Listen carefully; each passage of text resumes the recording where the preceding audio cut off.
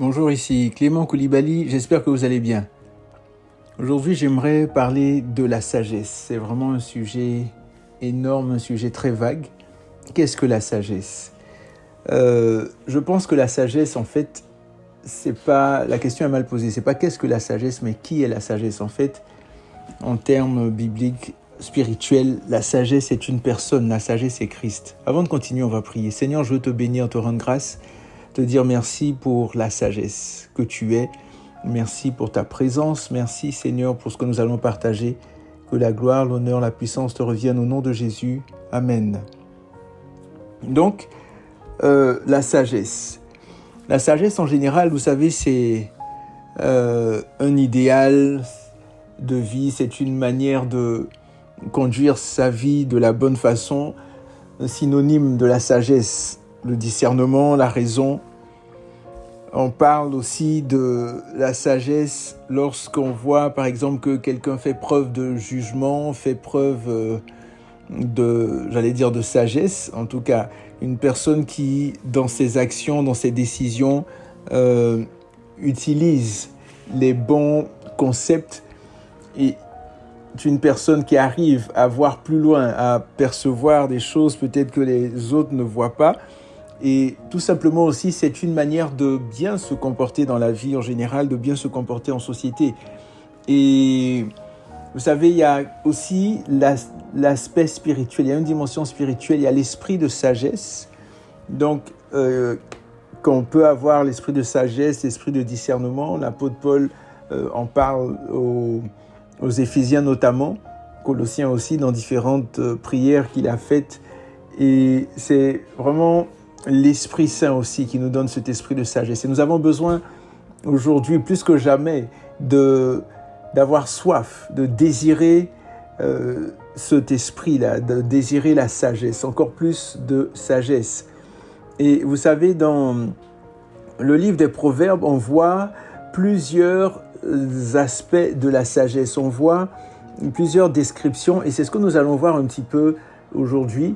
Et la sagesse, c'est vraiment un thème, un sujet qu'on pourrait parler continuellement parce qu'il s'agit de notre Dieu, il s'agit de Christ en tant que tel, qui est la véritable sagesse en tant que tel.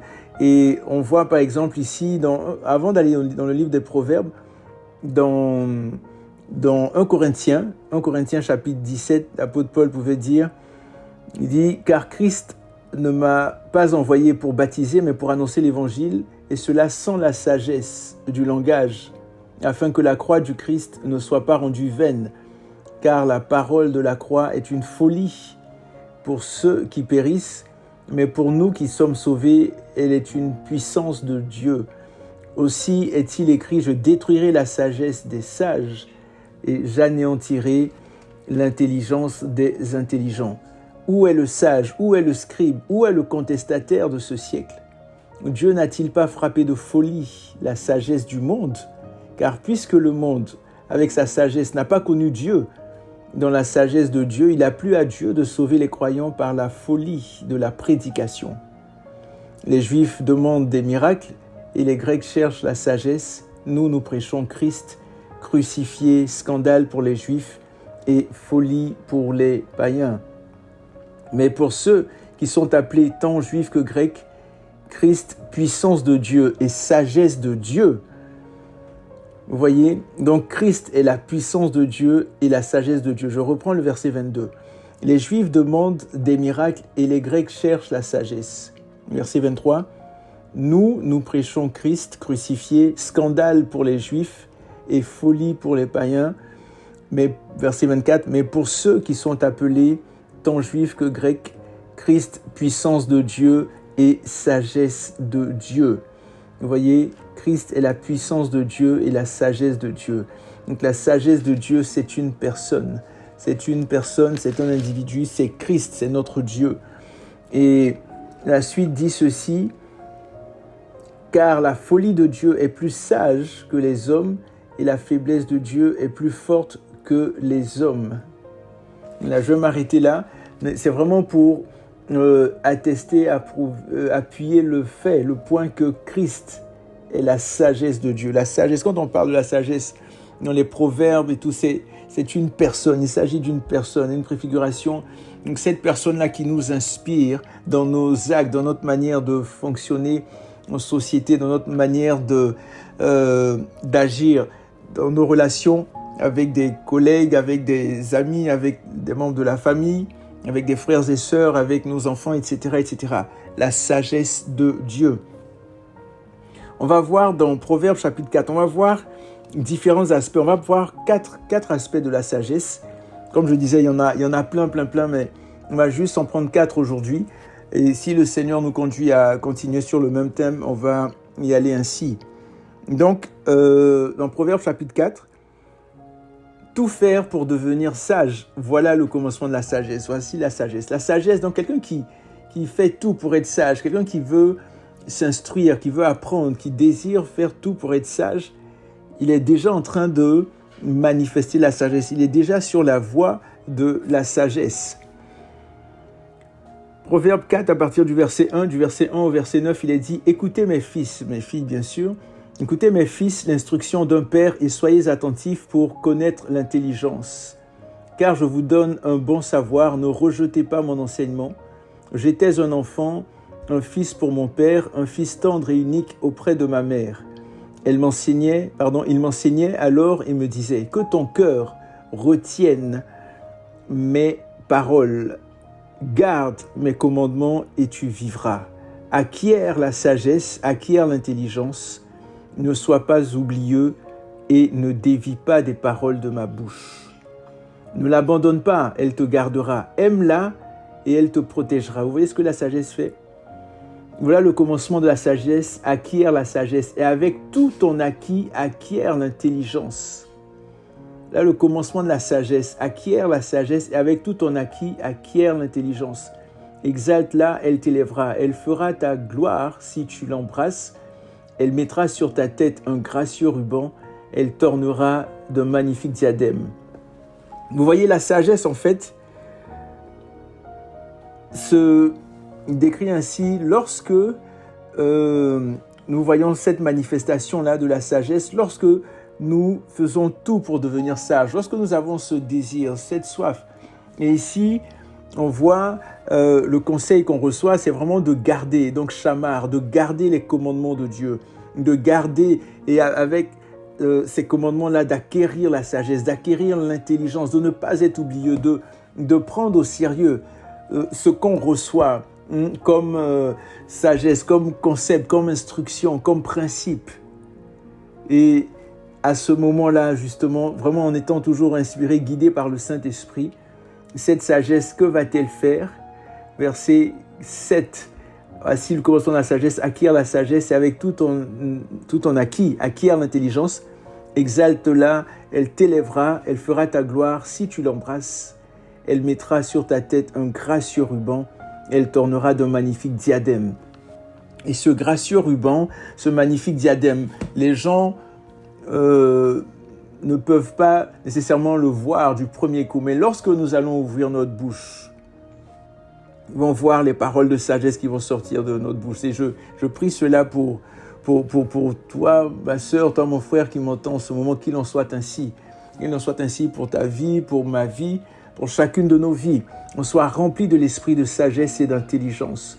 Et ça me fait penser à Daniel, l'histoire de Daniel ou de Joseph, ou différentes personnes dans la parole qui, lorsqu'elles se sont mises à ouvrir la bouche, à parler, elles ont pu avoir des révélations, elles ont pu comprendre des mystères, elles ont pu décoder des rêves qui étaient cachés, etc., etc. Mais tout ça, c'est par l'esprit de sagesse et de révélation.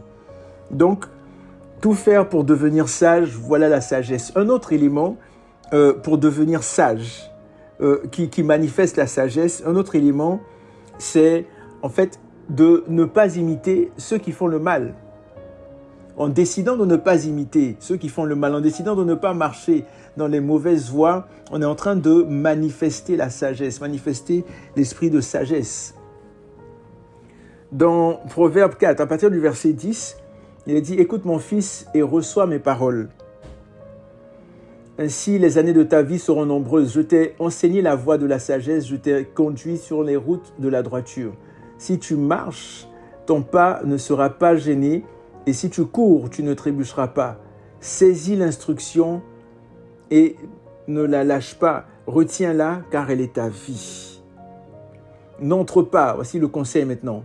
N'entre pas, donc au début, ce qu'on doit faire maintenant, le conseil spécifique dit, n'entre pas dans le sentier des méchants et ne t'avance pas dans la voie des hommes mauvais. Évite-la, n'y passe pas, détourne-t'en et passe outre.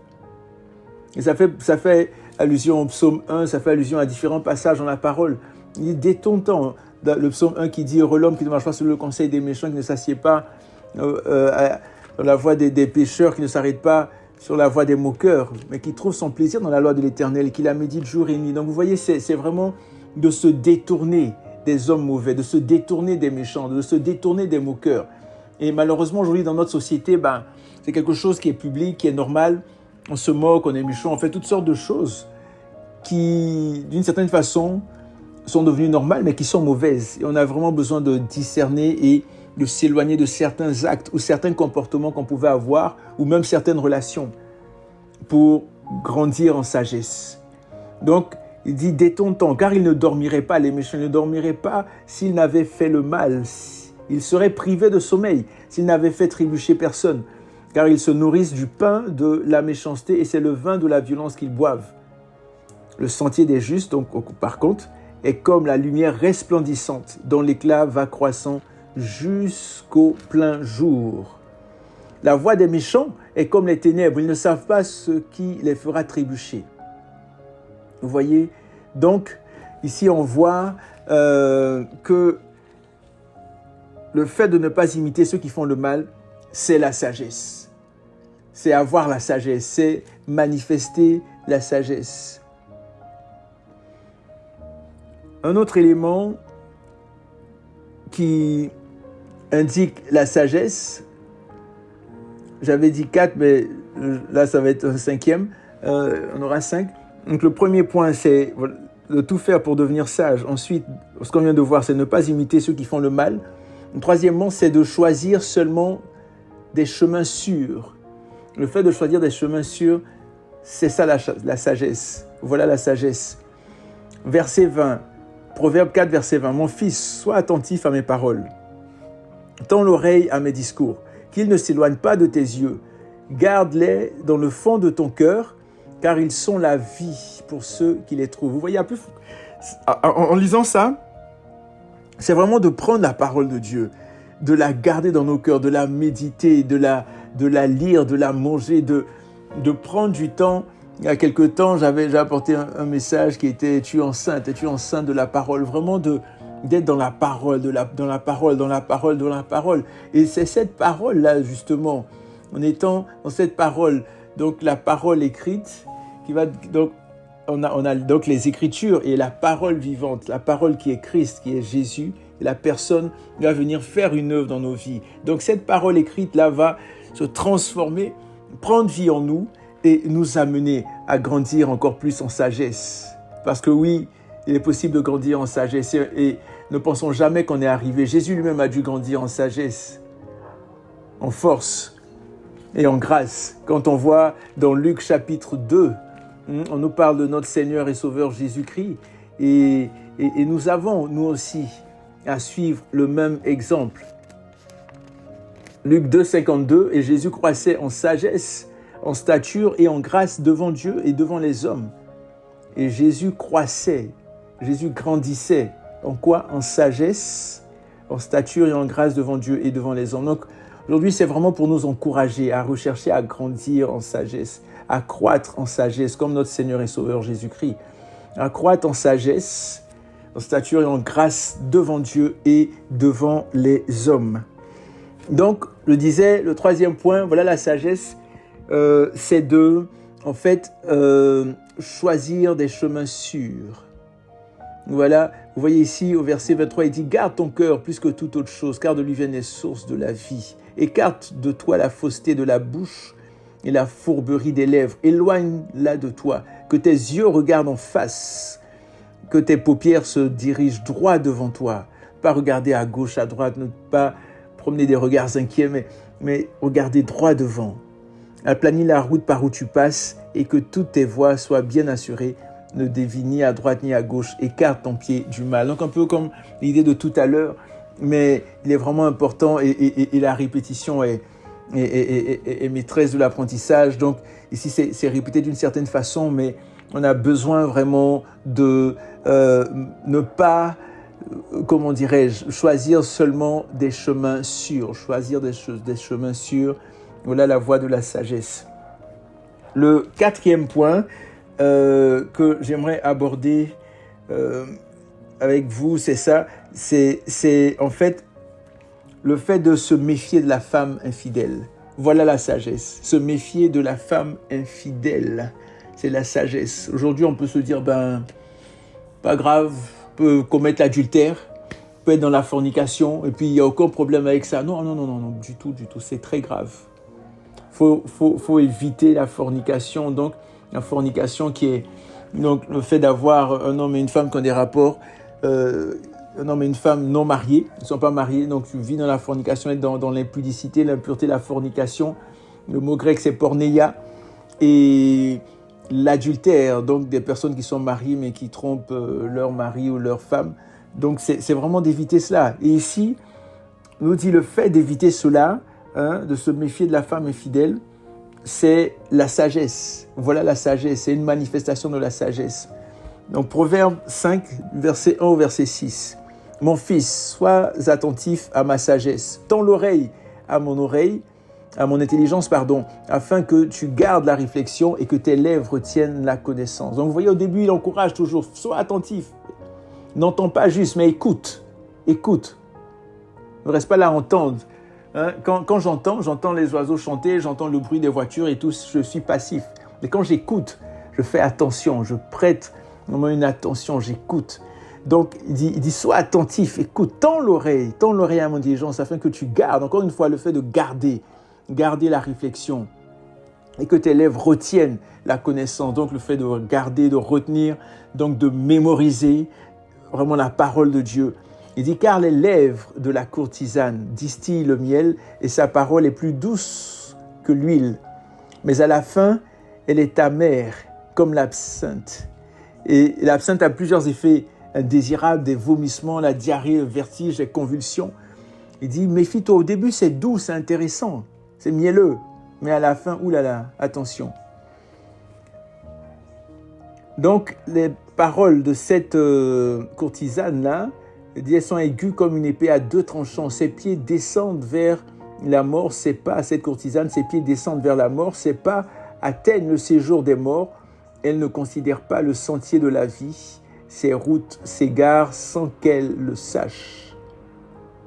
Vous voyez, donc là on décrit cette femme-là étrangère, cette prostituée, cette infidèle, cette femme adultère, ou un homme aussi adultère. Vous voyez, décrit ici. Et ensuite, voici les conséquences. Si on continue à aller dans son chemin, on continue à aller dans sa voie, on continue à malgré tout ce qu'on peut entendre, malgré ce que notre cœur, notre conscience peut nous dire, on continue à se dire, mais non, c'est pas grave, une fois en passant, tous mes amis font cela, et puis de toute façon, regarde, je suis un homme, je peux pas rester là sans tromper ma femme, tous mes amis ont fait ça, patati patata. Non, regardez les conséquences. Et maintenant, mes fils, écoutez-moi, ne vous écartez pas des discours de ma bouche, éloigne d'elle ton chemin et ne t'approche pas de la porte de sa maison, de peur que tu ne livres ton honneur à d'autres et tes années à un homme cruel.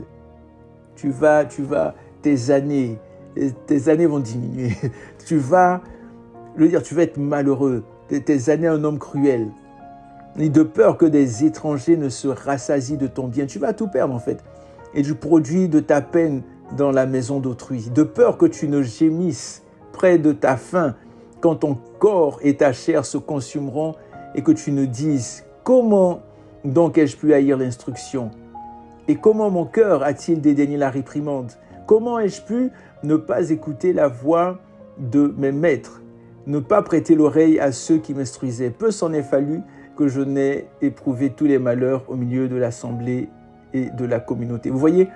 Donc ici, en fait, quelque chose de triste, quelque chose d'atroce. Et quand on pense à l'histoire de David dans 2 Samuel 11, je crois, lorsque David est est allé avec Bathsheba, donc elle a commis l'adultère donc avec la femme d'Uri, avec Bathsheba, et puis son péché qui a amené d'autres péchés. Et on voit dans le psaume 32, David qui crie à l'Éternel. Et lorsque il a fini par se confesser, mais dans le psaume 32, regardez ce que David dit. À partir du verset 1, « Heureux celui dont la transgression est enlevée, dont le péché est pardonné. Heureux l'homme à qui l'Éternel ne tient plus compte de sa faute et dans l'esprit duquel il n'y a point de fraude. Tant que je me suis tu, mes os se consumaient. Je gémissais toute la journée. » Ça, c'est un cancer. Vous voyez, mes os se consumaient. « Car nuit et jour, ta main pesait sur moi. Ma vigueur n'était plus que sécheresse comme celle de l'été. » Donc, quand David parle de cela, c'est ce que Salomon, l'auteur des Proverbes, dit ici. Il dit « De peur que tu ne gémisses près de ta faim quand ton corps et ta chair se consumeront et que tu ne dises « Comment donc ai-je pu haïr l'instruction et comment mon cœur a-t-il dédaigné la réprimande ?» Et lorsque justement tu nies à quelqu'un d'autre, à une jeune fille, ou bien aujourd'hui tu es dans la fornication, tu es avec une jeune fille, ça ne marche pas, après tu es avec une autre jeune fille, ainsi de suite, ainsi de suite.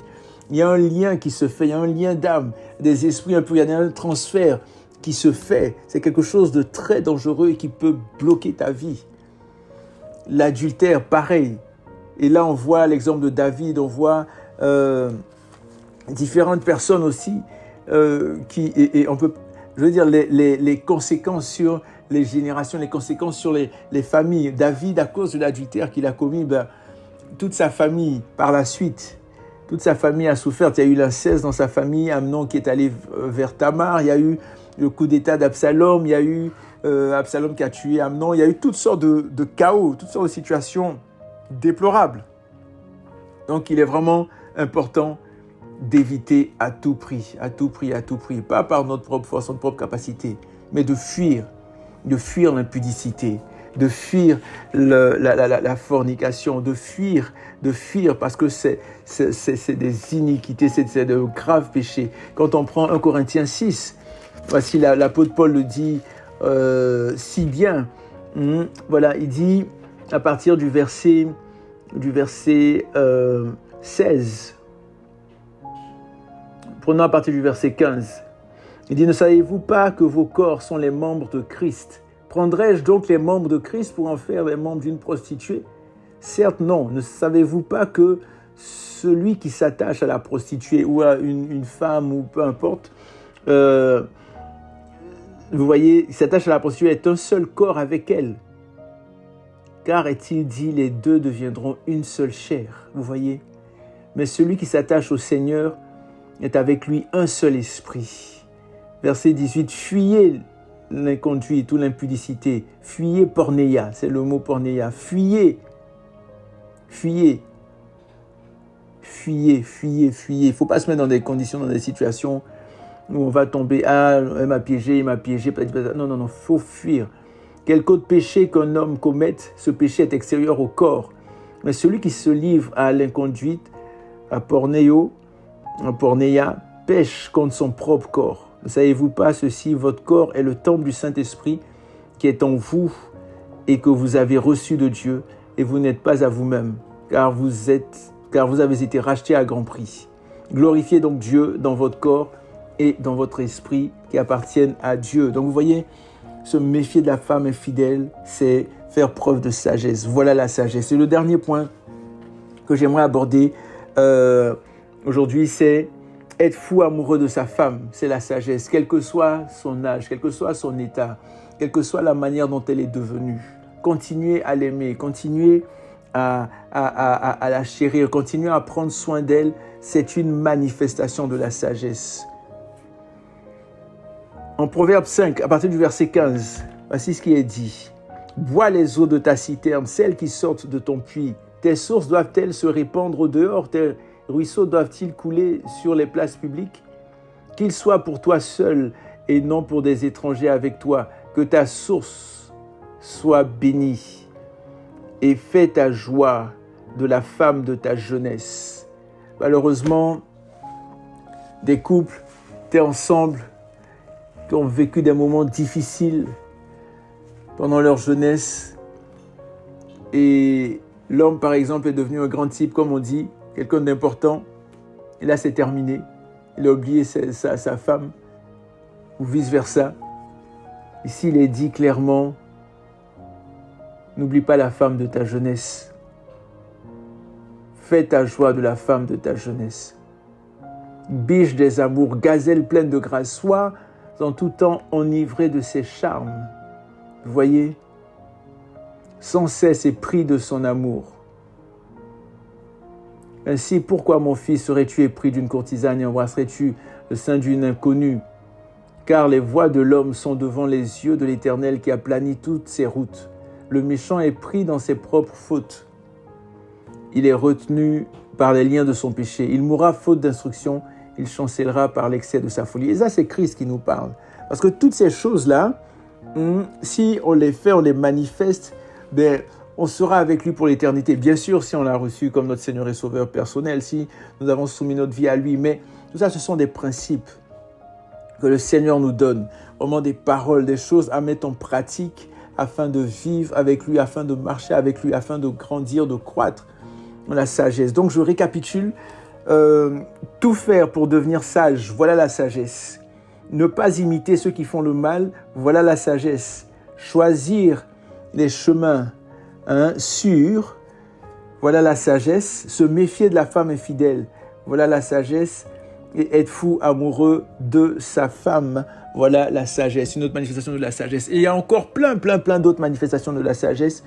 Mais c'est vraiment ces 5 éléments-là que je voulais partager avec vous aujourd'hui. Et vraiment que le Seigneur nous remplisse de son esprit de sagesse, d'intelligence et que nous puissions vraiment discerner par rapport aux situations. Il y a toute une dimension spirituelle aussi. On parle dans Corinthiens 12, 13, 14, etc. Donc c'est vraiment important de rechercher l'Esprit de Dieu, l'Esprit de sagesse.